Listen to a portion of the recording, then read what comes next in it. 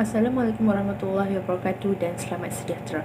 Pertama sekali, izinkan saya membentangkan usul perlukah pekerjaan disubkontrakkan kepada pekerja asing. Menurut Kamus Dewan Bahasa, perlu bermaksud keharusan pekerjaan bermaksud sesuatu yang diusahakan. Subkontrak bermaksud kontrak yang dibuat sebuah syarikat untuk syarikat lain. Kepada bermaksud kata untuk menyatakan arah dipakai sebelum nama orang atau kata pengganti diri. Pekerja bermaksud orang yang bekerja dan asing bermaksud berasal atau bukan tempatan.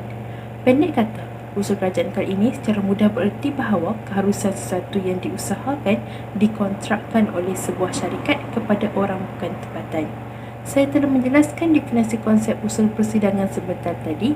Pihak kerajaan akan tampil dengan hujah sekukuh Gunung Everest yang teramat sukar digugat oleh pihak pembangkang. Hujah utama kerajaan ialah meringankan beban majikan dalam mendapatkan pekerja.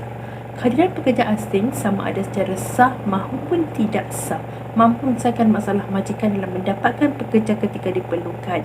Walaupun kerajaan mengalakkan majikan membuka lebih banyak lagi peluang pekerjaan kepada pekerja tempatan, tetapi masih banyak lagi sektor yang memerlukan pekerja asing. Sebagai contoh, sektor pembinaan, perkilangan, perladangan dan pertanian memerlukan khidmat warga asing kerana kesanggupan mereka bekerja berat dengan upah yang rendah. Jelaslah bahawa proses subkontrakkan pekerja asing ini boleh mengkhidmatkan kos pencarian dan kos masa yang boleh membantutkan output sebuah operasi pengeluaran. Sidang Dewan yang dimuliakan, saya ingin menegaskan buat kesekian kalinya bahawa keperluan pekerjaan disubkontrakkan kepada pekerja asing adalah perlu bagi membantu majikan mendapat pekerja, seterusnya mendatangkan kebaikan. Sekian dari saya mengusulkan. Seterusnya, dengan mengambil pekerja asing sebagai pekerja subkontraktor amat membantu dalam menjimatkan kewangan syarikat.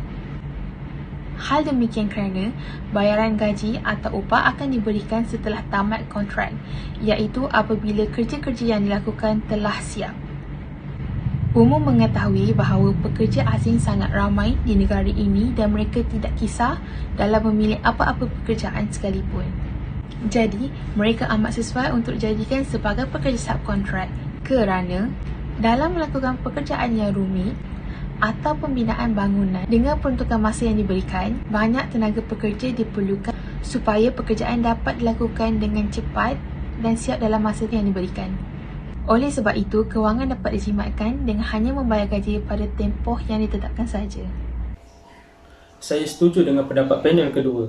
Hujah kami yang seterusnya adalah saya juga menyokong bahawa pekerjaan perlu disubkontrakkan kepada warga asing kerana sesetengah pekerjaan tiada komitmen jangka panjang. Dengan subkontrak, kehendak mereka menjadi tahap flexibility yang tidak mungkin dilakukan dengan pengambilan kaki tangan baharu. Menggunakan subkontraktor akan membolehkan kita menggunakan perkhidmatan itu apabila kita perlukan. Kita juga tidak perlu menandatangani perjanjian jangka panjang jika tidak diperlukan lagi. Sekian, terima kasih. Terima kasih panel ketiga. Saya bersetuju dengan pernyataan yang telah diberikan oleh panel ketiga. Saya juga berpendapat bahawa dengan mensubkontrakkan pekerjaan kepada pekerja asing akan meningkatkan lagi produktiviti. Apabila keupayaan untuk menghasilkan output semakin bertambah, ini akan mempercepatkan lagi output untuk dihasilkan. Selain itu, peluang negara kita untuk memperluaskan lagi rangkaian dengan kerjasama dengan syarikat luar negara juga semakin cerah. Sebagai contoh, dengan bekerjasama dengan syarikat luar negara seperti Indonesia dan Singapura. Kesimpulannya, kita perlu untuk mensubkontrakkan pekerjaan kepada pekerja asing kerana ini dapat meringankan beban majikan untuk mencari pekerja, menjimatkan keuangan, tiada komitmen jangka masa panjang dan meningkatkan produktiviti.